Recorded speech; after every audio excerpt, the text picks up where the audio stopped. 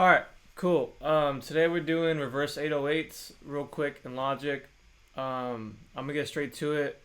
Turn on your advanced settings. You might need a good 808 sample. I'm using a short sample, so the tail of it's very short. It's not like a longer 808.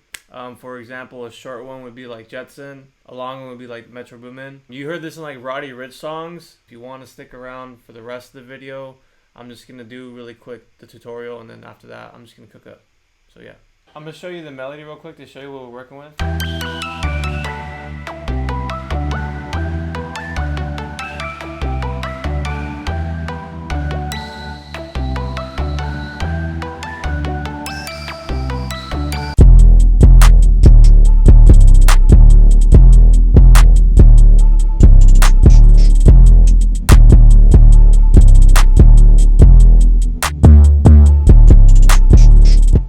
So we have this room right here on the 23rd bar. I'm just going to replay all 4 bars real quick. I'm going to put it right here. So I'm going to reverse it into this D note right here. That's what it is.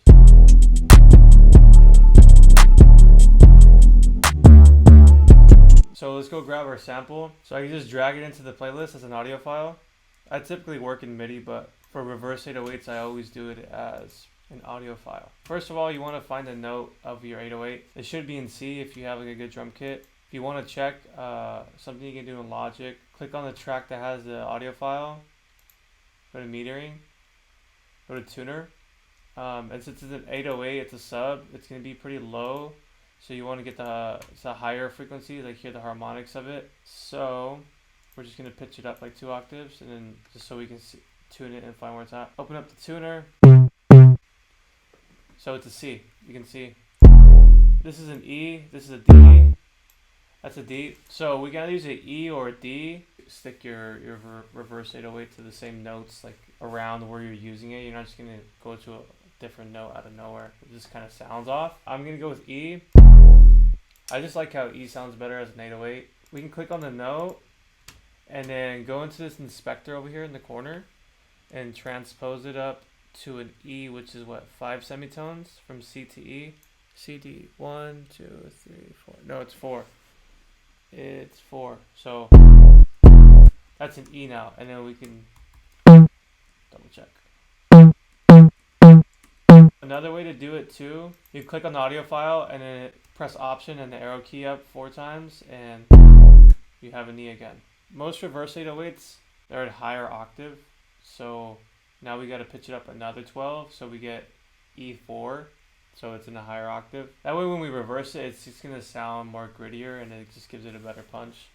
I just pitched it up. Now it's 16, so 4, 12, 16. And now that we have that, we can bounce it to a new audio file, so Control B. So now this new track is its own new sample, and then now we can reverse it. First thing, we don't need all this space over there. Now we can, okay, now you click on the file and you hit reverse over here. And now we have a reverse 808. That sounds pretty sick, right? Now we want to line it up with our pattern. It's supposed to go into this one right here. That's where we want it to go. So line it up. And then we're going to listen back to it and adjust it from there. As you see, like the audio file is shortened a lot, so we might have to stretch it out. But let's just listen to it first and then see if we're going to stretch it out.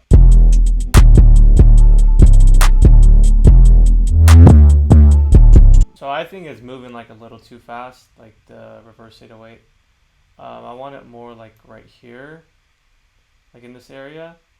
So let's just clip this, cut it, hold Option, and then click on the end of it at the bottom, and you can stretch out any audio file like that. So let's try that. Another thing I do right here too is I fade this, or else it clips.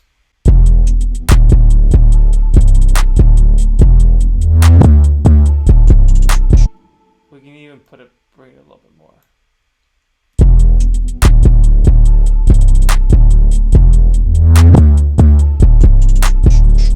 Let me just try it, keep doing it until you think it sounds right. Sometimes what we do is cut off the very front of it, like the initial punch, like where the kick hits. But let's just sound this.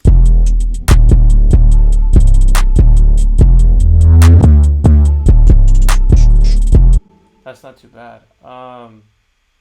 Let's try taking off the front end of it. The front end is where the kick is. So, and then pulling this out. not the kick. It's like the punch of the 808. And then fade it in.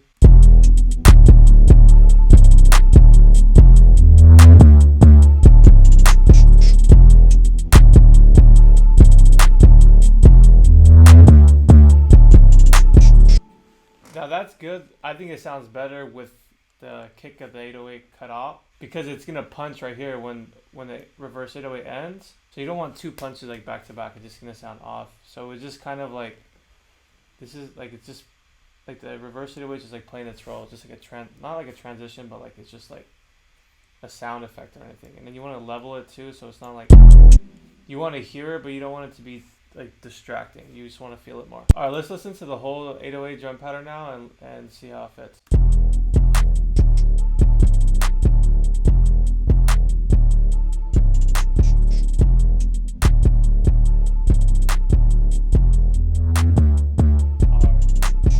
And honestly, that's pretty much it. Use good 808s, listen to the pitch, bring it up at least 12 semitones when you reverse it. After you find the correct note you want, that's when it's higher frequency. It just sounds better reversed, in my opinion.